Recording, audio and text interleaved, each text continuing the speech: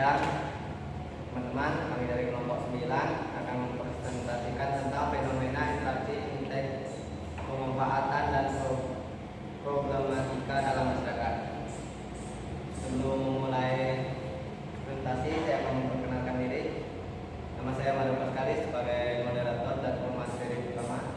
Nama saya Nini Andrawati sebagai pemateri 2. Perkenalkan, nama saya Nindza, saya sebagai pemateri 3. Oke, langsung saja pada materi pertama.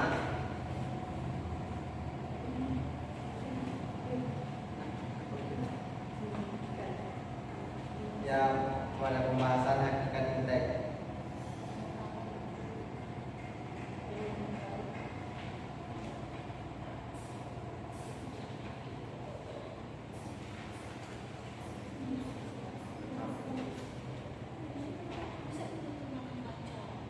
Ilmu pengetahuan alam dan teknologi serta seni atau biasa disingkat INTEK adalah salah satu contoh dari olah pikir, akal atau budi manusia yang kemudian disebut dengan nama kebudayaan. Dengan ada kemajuan di bidang ilmu pengetahuan dan teknologi, kita dapat mengakses informasi dan komunikasi dengan mudah, dan jarak yang tadi jauh menjadi semakin dekat. Wilayah yang tadinya terasa luas semakin sempit. Persoalan yang tadi sulit akan menjadi mudah, dan masalah yang tadi berat akan menjadi ringan.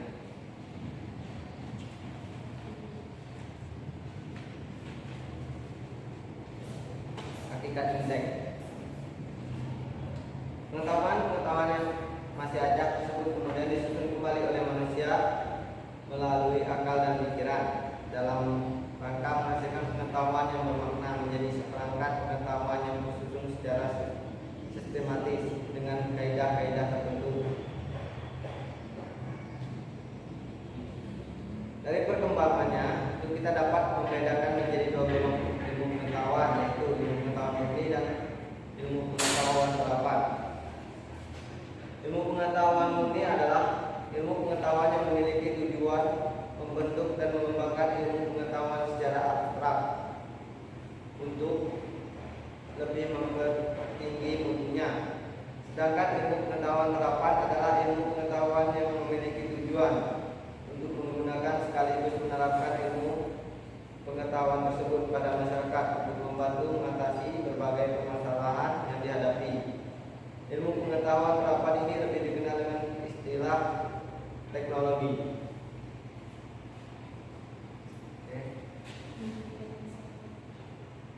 Teknologi berasal dari dua kata, yaitu tek dan logia, dari bahasa Yunani. Teknik artinya seni, kerajinan. Kemudian lahirlah kata teknokoas yang artinya seorang yang memiliki keterampilan tertentu. Teknologi adalah penerapan ilmu pengetahuan tujuan praktis.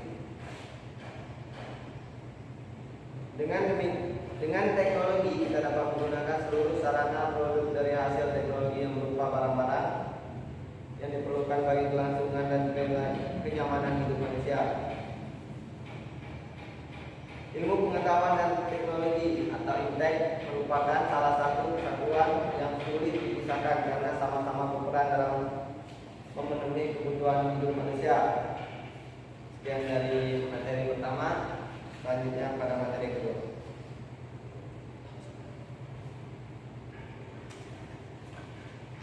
Baik, saya di sini akan melanjutkan materi yang telah disampaikan oleh pemateri pertama. Materi yang kedua yaitu perkembangan interaksi dan kehidupan manusia.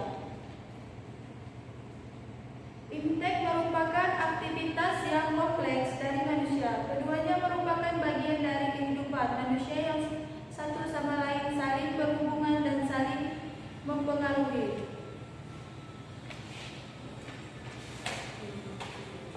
Perkembangan interaksi yang semakin pesat akan mempengaruhi baik langsung maupun tidak langsung pada kehidupan manusia. Nah, di sini pengaruh interaksi ada terbagi menjadi 4. Yang pertama yaitu di bidang intelektual. Yang dimaksud dengan bidang intelektual adalah manusia akan meninggalkan kebiasaan atau kepercayaan lama menjadi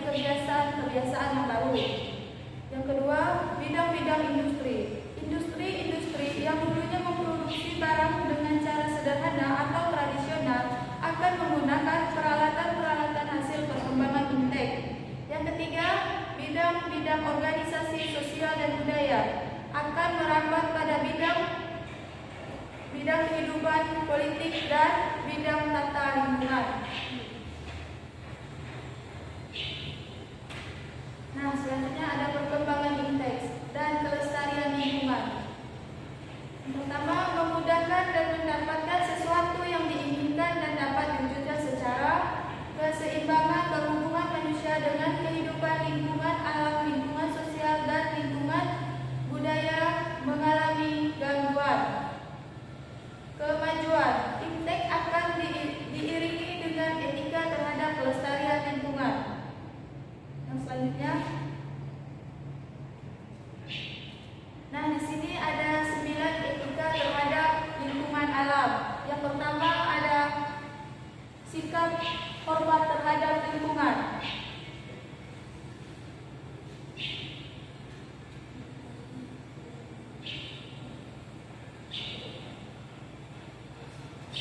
Seluruh teori tentang etika lingkungan hidup, antroposenterisme, biosenterisme, dan ekosenterisme dan ekoperisisme sekalipun berbeda pandang tentang lingkungan, namun semuanya sama-sama mengakui bahwa alam semesta perlu dihormati. Yang kedua, prinsip tanggung jawab. Prinsip terhormat terhadap alam adalah merupakan tanggung jawab moral terhadap alam karena manusia adalah bagian integral bagian dari alam dan setiap makhluk hidup diciptakan oleh Allah dengan tujuan masing-masing guna kepentingan manusia, maka manusia tersebut bertanggung jawab pula untuk menjaganya. Yang ketiga, solidaritas kosmis. Kosmis muncul dari kenyataan bahwa manusia adalah bagian integral dari alam semesta. Dalam pandangan ekopesimisme, manusia mempunyai kedudukan sederajat dan setara dengan alam lainnya. Yang keempat, prinsip kasih sayang dan kepedulian terhadap alam adalah kehidupan yang serta sesama makhluk hidup, sehingga manusia saling mencintai, menyayangi, peduli kepada alam. Sebagai komunis ekologi, manusia menyadari semua makhluk hidup mempunyai hak untuk melindungi. Yang kelima, prinsip no harm. Prinsip moral lainnya yang relevan nomor no harm. Artinya manusia mempunyai kewajiban terhadap alam dan tanggung jawab serta melindungi kehidupan alam. Paling tidak, manusia tidak akan mau merugikan alam secara tidak perlu. Yang keenam, prinsip hidup sederhana dan selaras dengan alam. Prinsip moral hidup sederhana dan selaras dengan alam artinya simple in means, but rich in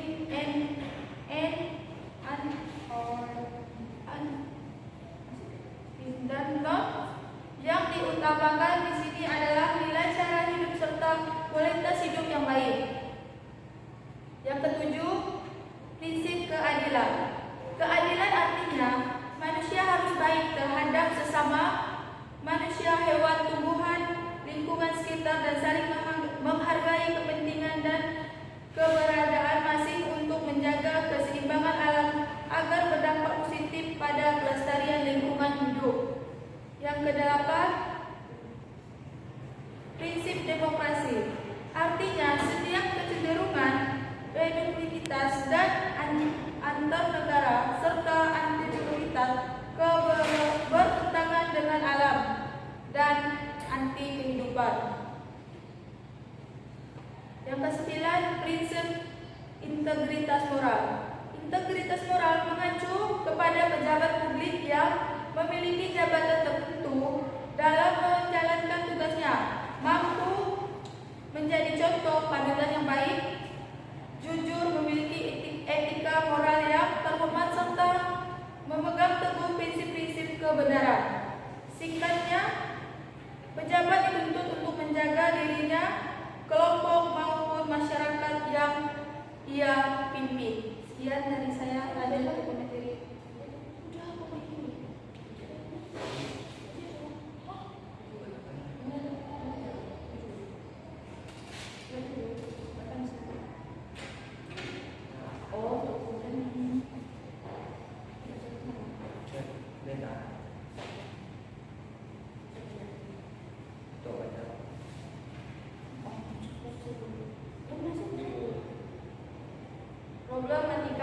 pemanfaatan fintech.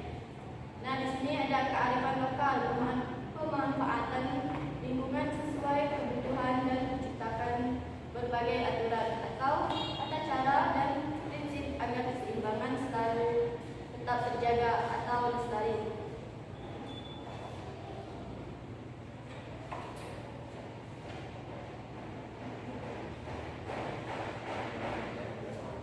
Perkembangan iptek juga dapat mengakibatkan kehidupan manusia mengalami gangguan ke arah yang kurang baik. Bidang komunikasi, contohnya sebagai berikut. Pemanfaatan bidang komunikasi oleh kelompok teroris. Yang kedua, pencurian data diri oleh oknum yang tak dikenal. Yang ketiga, digunakan sebagai sarana untuk menipu masyarakat luas melalui pesan yang dan berita hoax. Bidang industri. Di sini ada terbagi tiga. Yang pertama, banyaknya pengangguran karena pabrik. Banyaknya pengangguran karena pabrik dan industri skala besar lebih banyak memiliki gangguan mesin dan robot untuk menyelesaikan pekerjaannya. Yang kedua, terjadinya banyaknya penyakit yang ditimbulkan oleh radiasi yang dihasilkan dari pembangkit listrik ataupun bahan kimia yang bocor. Yang ketiga, terganggunya masyarakat ketergantungan masyarakat terhadap kecerdasan buatan yang menyebabkan masyarakat semakin malas untuk beraktivitas ataupun berpikir. Ya, terima kasih. Sekian dari kelompok kami. Jika ada yang ingin bertanya, silakan.